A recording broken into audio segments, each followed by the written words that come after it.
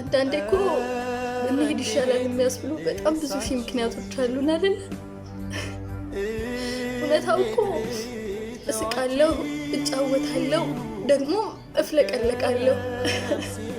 ከፊት የሚነበበው ደስታ ብቻ እኮ ነው። የተከበብኩኝ በሰው በጣም ደስተኛ ነው ላየኝ የምመስለው፣ ግን ይሄ አይደለም እውነታው።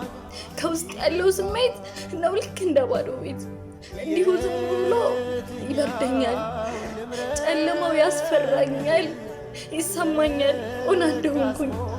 አይምሰላችሁ ከላይ እንደምታዩኝ ሰው የራቀኝ ብቸኛ የሆንኩኝ።